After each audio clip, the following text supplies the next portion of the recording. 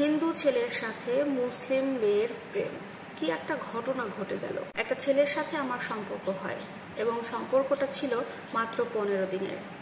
যদিও আমি সম্পর্কের শুরুতে জানতাম না যে ছেলেটা হিন্দু।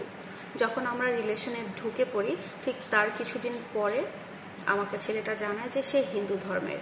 তখন আমি জানার পরে তাকে বললাম, তাহলে এই রিলেশনটা কিভাবে সম্ভব? আমি মুসলমান, তুমি হিন্দু, এটা তো আমাদের ধর্ম কখনো মানবে না, আর আমার পরিবারও তোমাকে কখনো মেনে নিবে না, আর আমি তোমাদের ধর্মে কখনো যাবও না, সো আমাদের রিলেশনটা হয়তো বা আর আগাবে না। তখন সে আমাকে জানালো, তোমাকে আমাদের ধর্মে আসতে হবে না, আমি তোমাদের ধর্মে চলে যাব। তখন তার মুখে এই কথাটা শুনে বেশ একটু খুশি হলাম, কারণ সে আমাকে ভালোবেসে আমাদের ধর্মে আসতে চাচ্ছে। এটা আমার জন্য বেশ বড় একটা কিছু মনে হলো। পরবর্তীতে আমরা রিলেশনটা কন্টিনিউ করতে থাকি এবং 15 দিন পরে আমরা দুজন সিদ্ধান্ত নিই আমরা একে অপরকে বিয়ে করব। তারপরে বিয়ে করার আগে ছেলেটা মুসলমান ধর্মে চলে আসে এবং আমরা বিয়ে করে বিবাহিত জীবনযাপন করি। বলতে গেলে 15 দিনের মাথায় আমার হাজব্যান্ড হিন্দু ধর্ম থেকে মুসলমান ধর্মে চলে এসেছে। এটা আমার জন্য অনেক বড় পাওয়া। তাকে আমার এতটুকু জোরাজুরি করতে হয় না, এমনকি অফারটা আমি কখনো দেইনি। হিন্দু ধর্ম থেকে মুসলমান ধর্মে আসার জন্য সে নিজেই চেয়েছে আমাকে পেতে, আমাকে ভালোবেসে সে হিন্দু ধর্ম ত্যাগ করে মুসলমান ধর্মে চলে এসেছে। অনেকে বলে যে যুগ যুগ ভালোবেসেও দেখা যায় যে সে ভালোবাসাটাকে বিয়েতে পরিপূর্ণ একটা রূপ দিতে পারে না, কিন্তু এক্ষেত্রে কিন্তু মাত্র 15 দিনে একটা হিন্দু ধর্মের ছেলে একটা মুসলমান ধর্মের মেয়েকে ভালোবেসে বিয়ে তো করেছে, আবার সাথে সাথে তার ধর্মটা চেঞ্জ পর্যন্ত করে ফেলেছে। এটাই আসলে ভালোবাসা। সত্যিকারের ভালোবাসা কখনো যুগ যুগও দেখে না, আবার 10 থেকে 15 দিন কি আসলে সময় কখনো সত্যিকারের ভালোবাসা দেখে না।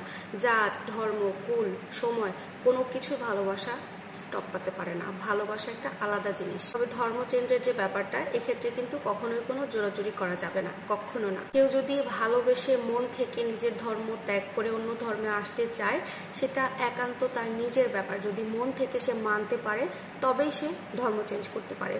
তাছাড়া কেউ জোর করে আপনি ধর্ম চেঞ্জ করে বিয়ে করবেন, তাহলে কিন্তু এটা আরো অন্যায় হবে, পাপ হবে। বিয়ে করার পরবর্তীতে আমার পরিবারের এক কথা, আমার মা বাবা সবাই আমাদেরকে মেনে নিলেও আমার হাজব্যান্ডের পরিবার খুব একটা মানতে রাজি নয়।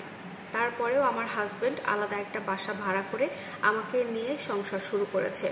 আমার হাজব্যান্ড আমাকে বারবার বলছে, তুমি চিন্তা করো না, সময়ের সাথে সাথে আমি আমার মা বাবাকে সবকিছু বুঝিয়ে ম্যানেজ করে নেব। যতই হোক তারা তার সন্তানকে জন্ম দিয়েছে, তারা তাদের ধর্ম থেকে তাদের ছেলেকে হারিয়েছে, এক্ষেত্রে তাদের একটা মনে কষ্ট আছে। কিন্তু এখানে আমি তো তাদের ছেলেকে কোনো জোরাজুরি করিনি। সে তার ইচ্ছাতে আমাকে ভালোবেসে তার ধর্ম চেঞ্জ করে ফেলেছে। তাই এখানে আমাকে দোষ দেওয়াটা খুবই ভুল হবে। আমি এখানে কোনোভাবেই দায়ী নয়। আমি তাকে বলেছিলাম ধর্ম চেঞ্জ করতে হবে, দুই পরিবার কিন্তু মানবে না, আমরা এই সম্পর্কটা আগাবো না। কিন্তু আমার হাজব্যান্ড আমাকে অনেক বুঝিয়েছে, আমাকে অনেক জোরাজুরি করেছে, সে চেঞ্জ করে আসবে আমার জীবনে, আমাকে সে অনেক ভালোবাসে। আর সত্যি কথা বলতে আসলেই আমার হাজব্যান্ড আমাকে অনেক বেশি ভালোবাসে। ওর প্রত্যেকটা অ্যাক্টিভিটিস, ওর প্রত্যেকটা চাল চলন সবকিছু আমি বুঝতে পারি, আর আমিও ওকে অনেকটাই ভালোবাসি। তাই সবকিছুর পরে আমরা দুজন আলহামদুলিল্লাহ এখন অনেক ভালো আছি। এখন তার বাবা মাকে অবশ্যই সে মানাতে পারবে, যেহেতু সে তাদের একমাত্র ছেলে। সময়ের সাথে সাথে হয়তোবা সবকিছু ঠিক হয়ে যাবে। ততদিন পর্যন্ত আমরা দুজনেই ধৈর্য ধরে চুপচাপ থাকবো। ইনশাল্লাহ সামনে ভালো কিছুই আমরা পাবো। প্রিয় দর্শক, এই স্টোরিটা মিম নামের একটি আপু লিখে পাঠিয়েছেন।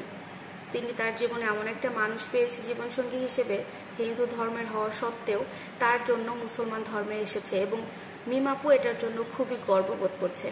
কারণ অন্য ধর্মের একটা লোক যদি, একটা মানুষ যদি মুসলমান ধর্মে আসতে চায়, তাহলে অবশ্যই তাকে নিয়ে আসা উচিত। এই জন্য মিম আপু তার সর্বোচ্চ চেষ্টা দিয়ে তার হাজব্যান্ডকে মুসলমান ধর্মে নিয়ে এসে এখন সুখে জীবনযাপন করছে, এমনটাই জানিয়েছেন। আশা করছি ভিডিওটি আপনাদের ভালো লাগবে, আর কেমন লাগছে অবশ্যই কিন্তু জানাবেন কমেন্টে। আল্লাহ হাফেজ।